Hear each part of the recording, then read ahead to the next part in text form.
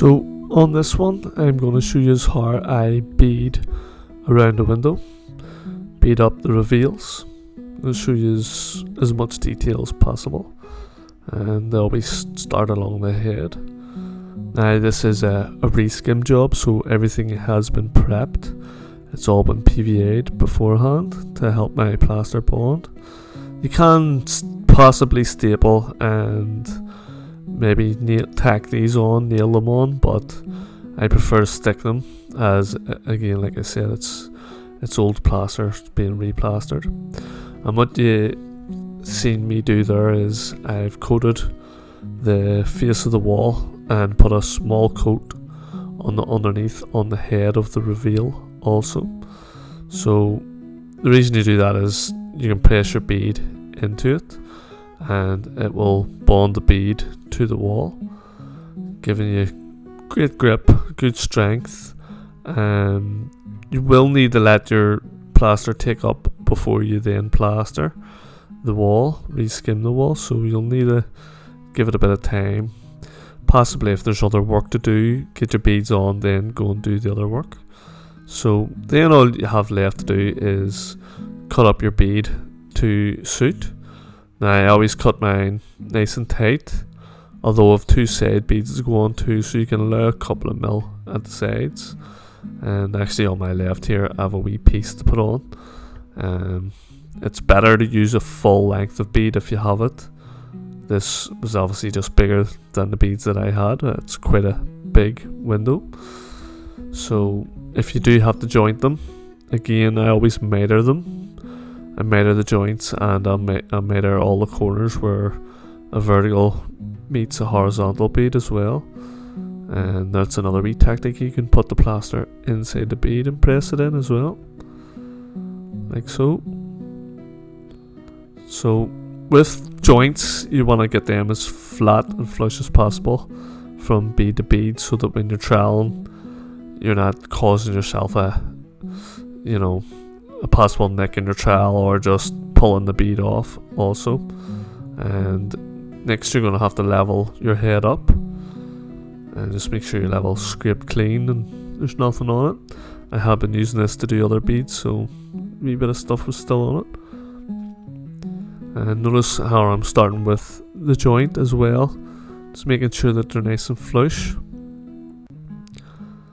And that head wasn't too bad to begin with, so you can always check the reveals before you start coating to see is there one side heavier than the other.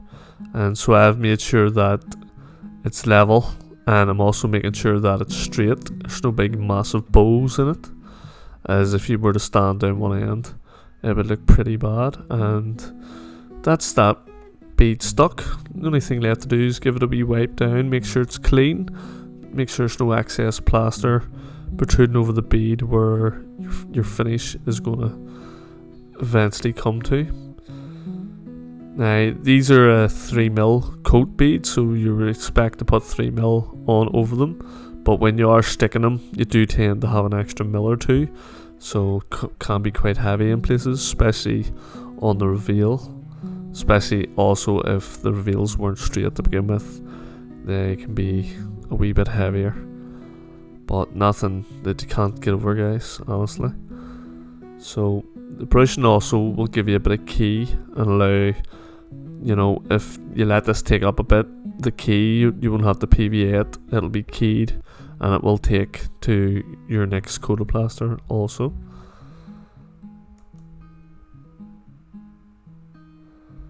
So after you brush it, just give it another quick check, just in case you've knocked it out.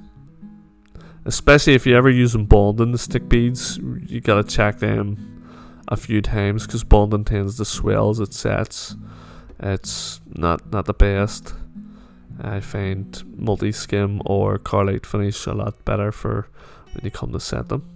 So there's another wee tip I didn't show you quite on the head there. I'll show you on to make sure they're nice and square. I'll show you on these reveals. So the old saying, guys, measure twice, cut once.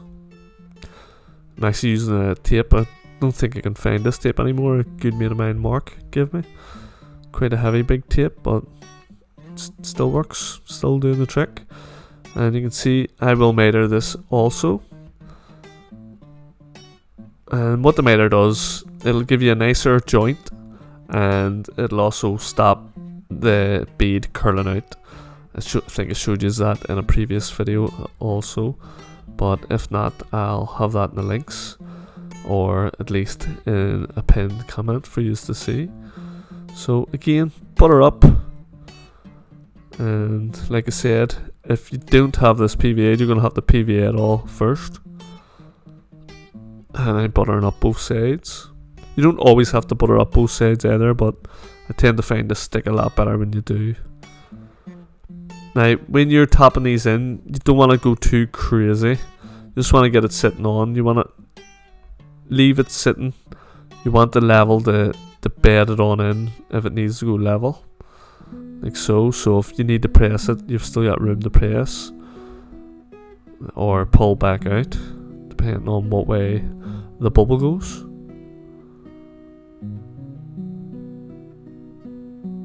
You can also eye your beads up off the window. Sometimes if you go level and the window's really badly off plumb, it looks really bad. So, you know, the best call, you know, if it's your own house, and obviously you'll have the final call. And sometimes a wee tack or two just helps hold it in position, stops it sticking out. But like I said, so if it was, the window was badly off and you put your bead on plumb and you looked at it and went, something's not right, sometimes the best thing to do is to go straight with the window, to follow the window. Obviously with this is a small wall between the bead and the wall there, so I kind of need everything to work in good for me here. Again, always wash your beads. It'll save you a lot of heartache later on if the stuff tightens up and you're scraping and scraping. So again, here's another way. If you don't even have a measuring tape, you can offer up 2 beads like so, 2 cuttings, and once you get your, you know, this would be like cutting in situ. Once you get that to the measurement that you need, offer it up to the full bead, and same as the tape, just keep your finger on where you need to cut. Beads are quite light, so they're easy enough to handle, just don't bend them. Cut again and miter. You can also do that if the beads, you know, you can offer it up over, but obviously my bead would be too big, it would be hitting off the sill or the ceiling, so I wouldn't be able to get it in just as nice. Perfect. So this is the thing I was saying to you guys, you need to also margin up your reveals, and basically all that is making sure that they're the same all the way around. So if they're 5 inches at the bottom, you're going to want them 5 inches at the top. And this is some beads that have been skimmed here, just waiting on the skim taken up. Like I said, the thing about beads, if you're doing a bit of beading, you can always chuck a few walls on, opposites, and so you're not sitting around waiting. So I hope that helped you guys, and this has been something that's been coming for a while and has been asked for, so hopefully it helped a lot.